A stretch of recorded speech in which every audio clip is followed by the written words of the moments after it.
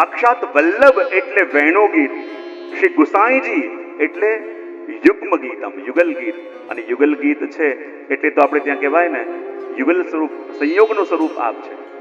શ્રી ગોકુલનાથજી કહેવાય ગોપી ગીત, અને કહેવાય જેટલા પણ પ્રભુની આ લીલા સૃષ્ટિ, આ ભગવતીજનો છે એ સાક્ષાત ભ્રમર ગીત રૂપ છે.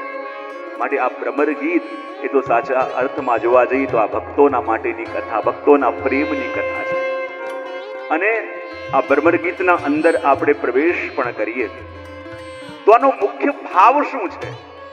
હંમેશા આપણા મનમાં એક વાત રહે છે કે જ્યારે આપણે પ્રભુને યાદ કરીએ, પ્રભુનું નામ લઈએ, પ્રભુનું સ્મરણ કરીએ, પણ શું આપણી યાદ પેલા પ્રભુને પણ આવતી હશે? જો પ્રેમના માર્ગની અંદર ચાહે આપણે મળીએ કે ન મળીએ, આપણા પ્રિય આપણને ક્યારે મળે કે ન મળે, પણ યદી આપણને એટલી ખબર પડી જાય કે જેટલું આપણે એને યાદ કરીને તડપીએ છે તો ક્યારેક એને પણ આપણી યાદ આવે છે. ખાલી આટલું ખબર પડી જાય તો પણ પ્રેમના માર્ગમાં જીવવાની શક્તિ મળી જાય કે ન મળી જાય? આ કે ના તો પાડો. અને એ જ રીતે જ્યારે આપણને ખબર પડી જાય કે આપણે જેને યાદ કરીને રડીએ છે, આપણે જેને યાદ કરીને તડપીએ છે, જેને યાદ કરીને આપણે આંખોમાંથી આંસુ બહાઈએ છે, તો ક્યારેક આપણું નામ લઈને એની આંખોમાંથી પણ આંસુ આવે છે. આપણું નામ લઈને ક્યારે એ પણ વ્યાકુલ થાય છે. આપણું સ્મરણ કરીને ક્યારે એનું હૃદય પણ ભરાય છે. જ્યારે એ અનુભૂતિ થાય તો એ ભક્તોના જીવનનું સૌથી મોટું સાફલ્ય કહેવાય કે ન કહેવાય? એક પ્રભુ સાથે એવો આંતરિક સંબંધનો અનુભવ જ્યારે જીવ કરે કે જ્યારે એને લાગે કે જેટલું હું યાદ એને કરું છું એના પ્રેમમાં પણ જરાય કમી નહીં, એ પણ મને એટલો જ યાદ કરે છે. જ્યારે એને યાદ કરીને મારી આંખોમાં અશ્રુ આવે છે, એ જ રીતે મને પણ યાદ કરીને એની આંખો પણ ક્યારેક તો છલકાય છે, એનું હૃદય ક્યારેક દ્રવિત થાય છે. ક્યારેક હું એના સ્વપ્ન જોઈને જેમ ઉઠું છું એમ એના સપનામાં ક્યારેક આપણે પણ આવી જઈએ છીએ. એવી જ્યારે ખબર પડે તો એ જ અવસ્થા ભક્તોની ભ્રમર ગીતની અંદર વર્ણન થઈ છે. અને સાચા અર્થમાં કહીએ તો જ્યારે એટલી ખબર આપણને પડે કે પ્રભુ પણ આપણને યાદ કરે છે.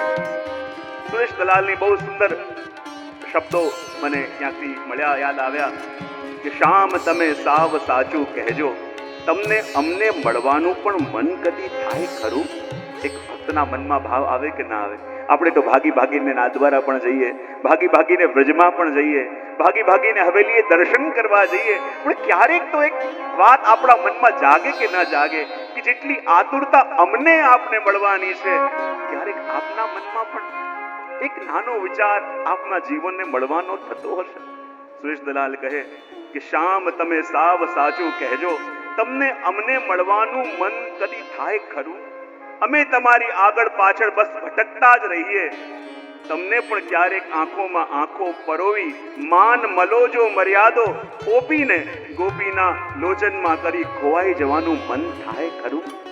ક્યારેક થાય એવું? ભલે દ્વારિકાધીશ પ્રભુ આપ રહ્યા, પણ જ્યારે ભક્તો સામે આવે અને આપને કહે કે મારી માન મલેજા, મારું જે પણ છે એ બધું બાજુમાં મૂકી મારા જીવોના આંખોમાં આંખો પરોવી અને એમની આંખોમાં ખોવાઈ જવાનું મન પ્રભુ ક્યારે આપનું થાય કદી?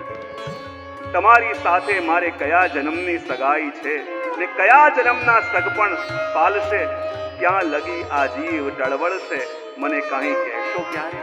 અને જ્યારે આ ભાવ જીવના મનમાં સહજ રીતે જાગે કે પ્રભુ ક્યારેક આપને પણ અમારી યાદ આવતી હોય, ક્યારેક આપ પણ અમને યાદ કરીને બેચેન થતા હોય. અને એ જ વર્ણન આ ભ્રમર ગીતનો મુખ્ય વિષય છે.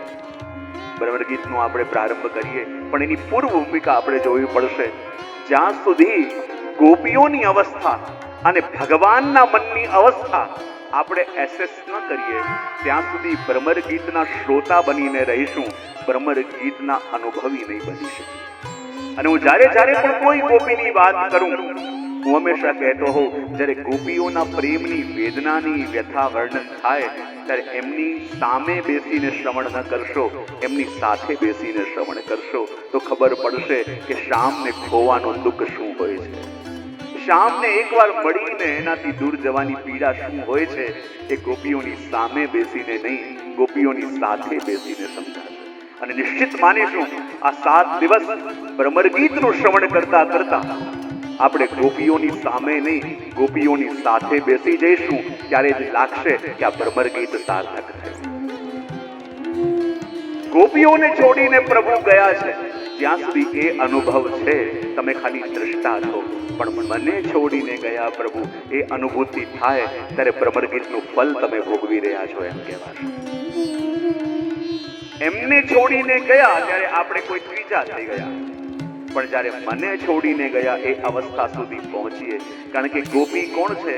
આપણે ત્યાં કહેવાય કે જુઓ, ચાહે રાધાજીને પણ પ્રભુ મૂકીને ગયા, પણ આપણા ભગવદીઓ ગાયું છે કે રાધા એટલે કોણ? રાધા એટલે કઈ અવસ્થા?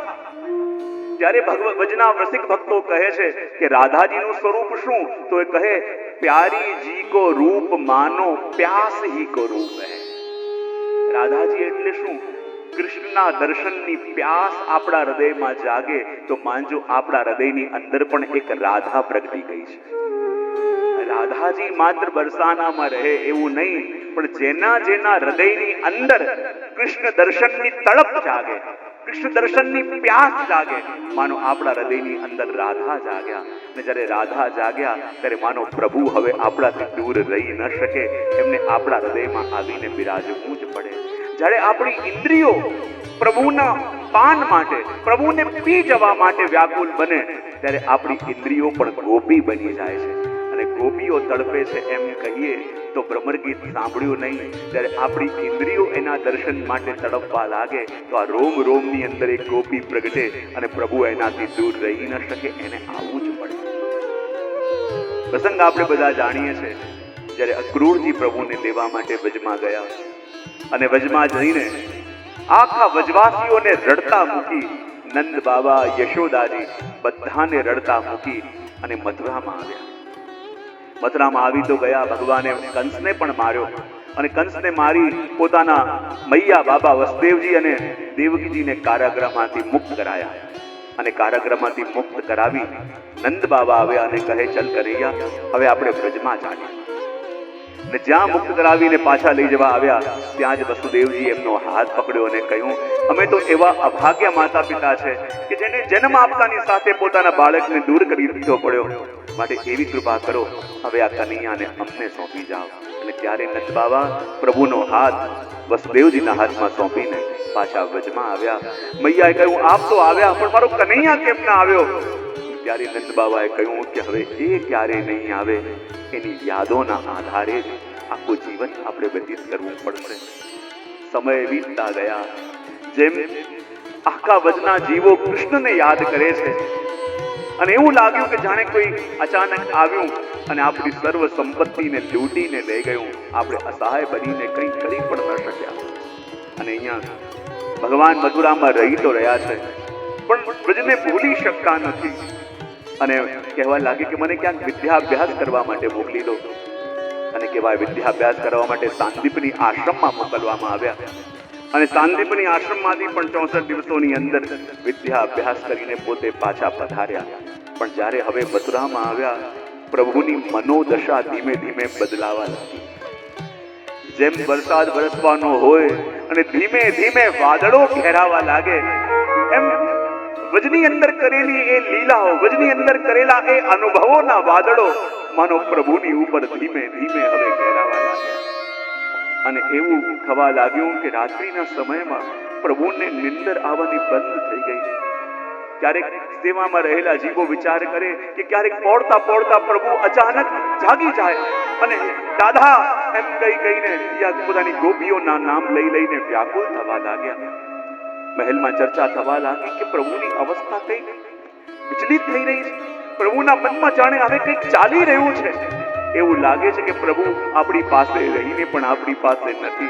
જ્યારે રાજ દરબારમાં બિરાજેલા હોય, લોકો આવીને વાતો કરતા હોય, લોકો આવીને કંઈક કહેતા હોય, પણ પ્રભુ જાણે ક્યાંક ખોવાયેલા હોય, કોઈની યાદોમાં હોય. દાઉજી કહે કનૈયા, ત્યારે પ્રભુને હોશ આવે. એવી અવસ્થા જ્યારે આ મથુરાવાસીઓ અનુભવ કરવા લાગ્યા. અને પ્રભુ કે હું મારા મનની વાત કરું તો કોને કરું? પ્રભુને શબ્દો યાદ આવે છે કે જ્યારે પાછા આવતા હતા અને નંદરાયજીને જતા જતા વચન આપ્યું હતું કે બાબા ચિંતા ન કરો, અહીંયા બધા સગા સંબંધીઓની અનુકૂળતા કરીશ, રાજની બધી વ્યવસ્થા કરીને હું જરૂર પાછો આવીશ, થોડા દિવસોમાં પાછો આવી જઈશ. અને એ આશા લઈને નંદ બાવા તો ચાલ્યા ગયા.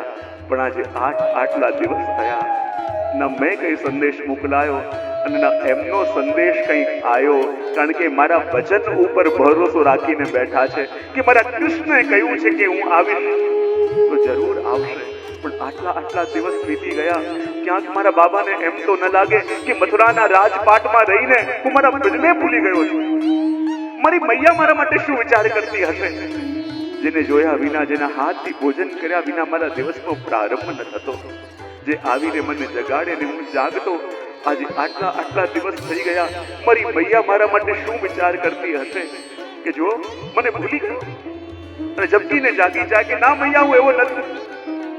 અને ત્યારે પ્રભુને એ શબ્દો પણ યાદ આવ્યા કે જ્યારે અક્રૂરજી ભગવાનને લઈને જતા હતા અને જ્યારે અક્રૂરજીનો રથ ધીમે ધીમે જાય અને પ્રભુએ જોયું હતું કે સામે શ્રી રાધાજી ઉભા છે. અને જ્યારે રાધાજીને જોયા હતા અને પ્રભુએ કહ્યું હતું કે પ્રભુ કાકા એક ક્ષણ માટે રથ રોકો. અને જ્યારે અક્રૂરજીએ રથ રોક્યો, પ્રભુ નીચે ઉતર્યા, ચાલતા ચાલતા શ્રી રાધાજી પાસે પધાર્યા. રાધાજી પ્રભુના નેત્રોમાં જોઈ રહ્યા છે અને પ્રભુ રાધાજીના નેત્રોમાં જોઈ રહ્યા છે. પ્રભુ ઘણું બધું કહેવા માંગે છે, પણ એક શબ્દ પણ આપના મુખમાં આવી શકતો નથી. બોલવા જાય અને આંખો છલકાય છે, બોલવા જાય છે, હૃદય ભરાઈ જાય છે. અને જેવી દશા પ્રભુના દર્શન કરીને રાધાજીની થઈ છે, એવી દશા પ્રભુની પણ થઈ રહી છે. રાધાજી પણ પ્રભુના નેત્રોમાં જોયા કરે છે, એક શબ્દ બોલી શકતા નથી. બોલવા જાય ને ચોધાર આંસુ આંખમાંથી વહે છે. અને અહીંયાથી પ્રભુ રાધાજીને કહેવા જાય છે, પણ જેમ એક બાળકનું હૈયું ભરાઈ જાય, જેમ ગળામાં ડૂમું ભરાઈ જાય, એવી દશા આપણા પ્રભુની થઈ છે. એક શબ્દ પણ બોલી શકતા નથી.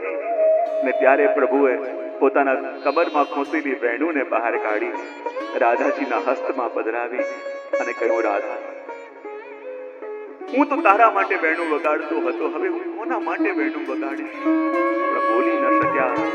પણ પ્રભુએ ત્યારે એક જ શબ્દ રાધાજીને કહ્યો, રાધા બતા હું ક્યાં છું, રાધા બતા હું ક્યાં છું. અને ત્યારે રાધાજીએ કહ્યું, પ્રભુ આપ પૂછો છો કે આપ ક્યાં છો? અરે હું આપને કહું છું પ્રભુ, આપ મારા નયનોમાં છો, મારા આત્મામાં છો, મારા શ્વાસે શ્વાસમાં છો, મારા રોમ રોમમાં છો, મારા પ્રત્યેક ધડકનની અંદર આપ છો. ને ત્યારે પ્રભુએ કહ્યું, બતા રાધા હું ક્યાં નથી. ને ત્યારે રાધાજીએ કહ્યું, પ્રભુ મારા ભાગ્યમાં નથી, એટલા માટે તો આપ મને મૂકીને જઈ ગયા. અને જ્યાં આ શબ્દો ગયા, પ્રભુનું હૃદય પણ ભરાઈ આવ્યું અને રાધાજીના બંને હાથને પકડીને પ્રભુ પણ ફૂટીને નિવેદન કરવા લાગ્યા. જ્યાં ધ્રુસકે ધ્રુસકે પ્રભુ રડવા લાગ્યા, ત્યારે રાધાજીએ